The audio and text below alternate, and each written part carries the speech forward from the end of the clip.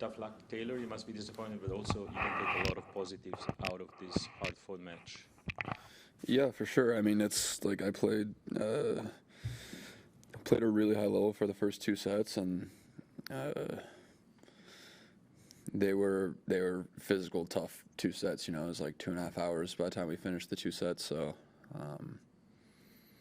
I need to get to the point where I can do that for 5 hours. Matt. Is it kind of astonishing how hard it is to win points, games, much less sets and matches from Novak? I mean, can you describe how why it's so much tougher seemingly than against anyone else?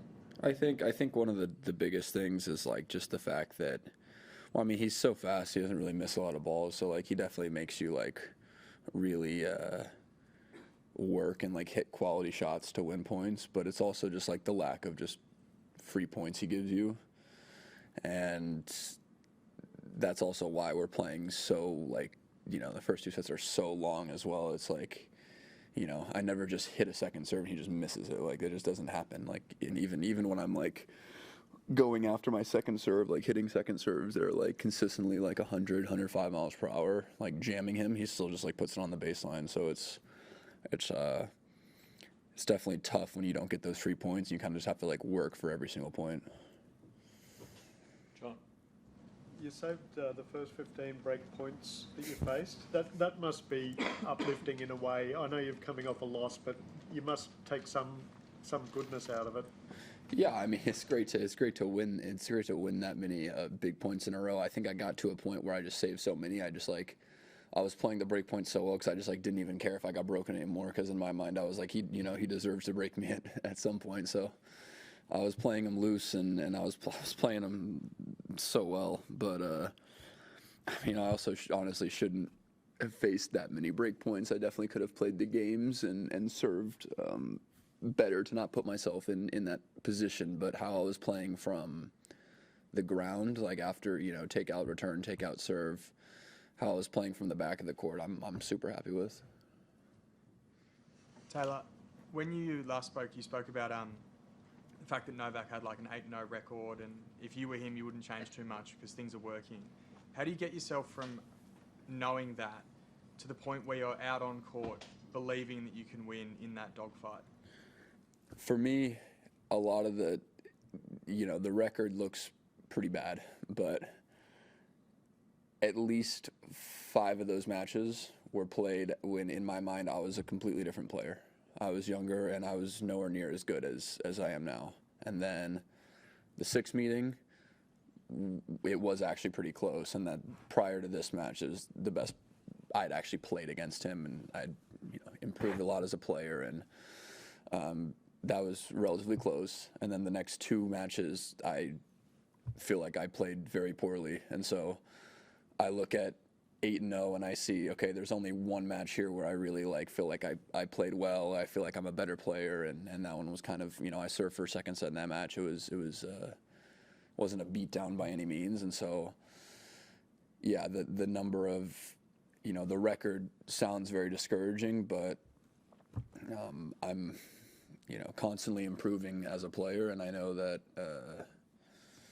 if I play the way that I played the first 2 sets, if I bring that level for 5 sets, then it's possible. Taylor, you played Novak over a period of 5 years now. Do you see any signs that Novak is showing any kind of weaknesses? Is he getting maybe a little bit slower, maybe hitting the ball not that hard, or is there no signs at all? No, I mean, as from what I can recall from the first times we've played, to me, I think he's just as good as ever. Taylor, looking ahead, the next year and maybe even a year ahead of that, there's talk about merging the WTA and the ATP. I was wondering, do you have any particular thoughts on that, and can it work? And I mean, why do you think it's kind of taking so long if it's been talked about for a while? I mean, I think that's as far as how it's taking so long, it's a really easy answer. There's so many just logistics around it. Like, it's such a nightmare to get all these tournaments to cooperate and all the play. There's just so many things that need to like kind of get done. But it obviously depends how it happens. If it happens in a way where we can all be, I guess, united and sell our, kind of licensing agreements as a package deal, and there's a way that it becomes beneficial for everyone because we're all united, then it makes a lot of sense. What do you put the drop-off down to in the third and the fourth sets? Obviously, it was really hot out there. I think it got up to about 31 degrees. And was it frustrating for you at all to have to wait around until, I think it was nearly 5 o'clock by the time you got caught? Yeah, the fact that we waited that long, to be honest, it cooled down quite a bit as the match went on. It was hot in the beginning. I think the third and fourth, like, I definitely, my serve, just level of my serve decreased, and I needed it to be better. I needed to be getting more free points. I can't be out there having to like work incredibly hard for every single point on my serve and then turn around and have to do it returning as well. It's like, I really needed my serve to go for me in the third and the fourth, and I just had some games where even, if I'd make first serves, but the spots on the serves would be awful, and it can't be like that against him. He'll just return it. And then also, there's a drop off of like, it was 2 sets, but I've played 4 sets in that time. It was 2.5 hours of really physical tennis. So, it's tough to just sustain that level for, probably 2-3 more hours that I needed to when I haven't really gotten to play at that level and play against that level that often. It's tough to prepare for something like that, especially when I've had an off season with just injuries and trying to get healthy and haven't really been able to put as much time as I wanted to into the just the workload on the court and in the gym. And I've done what I can, but it's tough to prepare you for playing at that physicality for potentially 4 or 5 hours. John, there's a prospect that another men's best of 5 set match could be starting close to 11 p.m. here. A, how do you think that will affect the 2 guys playing? And B, how do you think it'll affect them when they have to play in a semi-final?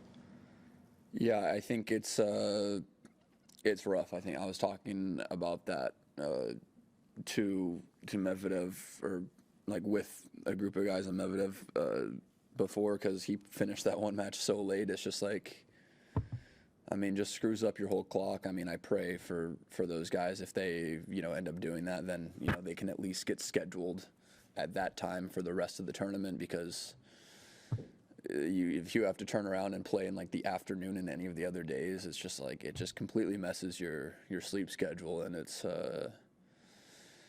it's not easy to go out in the middle of the day in the heat and play 3 out of 5 sets, especially when it's, your body clock isn't on it. So, in one case, like, I get it, matches go long some days. Like today in particular, my match was long. The match before us was really long, but yeah, there's got to be something they can do to where, people aren't playing until 2-3 a.m. because I don't think people really fully understand how much time we actually like have to spend doing stuff after we finish playing, as far as like ice bath, treatment with physios, like massage, all this stuff. If you finish at 2 a.m., there's no chance I'm going to sleep until like 5 to 6 a.m. Wide World of Sports is your home of the Australian Open. With highlights of every match of the AO, the on-court interviews, and every day with the morning serve, you'll be ahead of the game. So click that subscribe button so you don't miss a thing this Australian Open.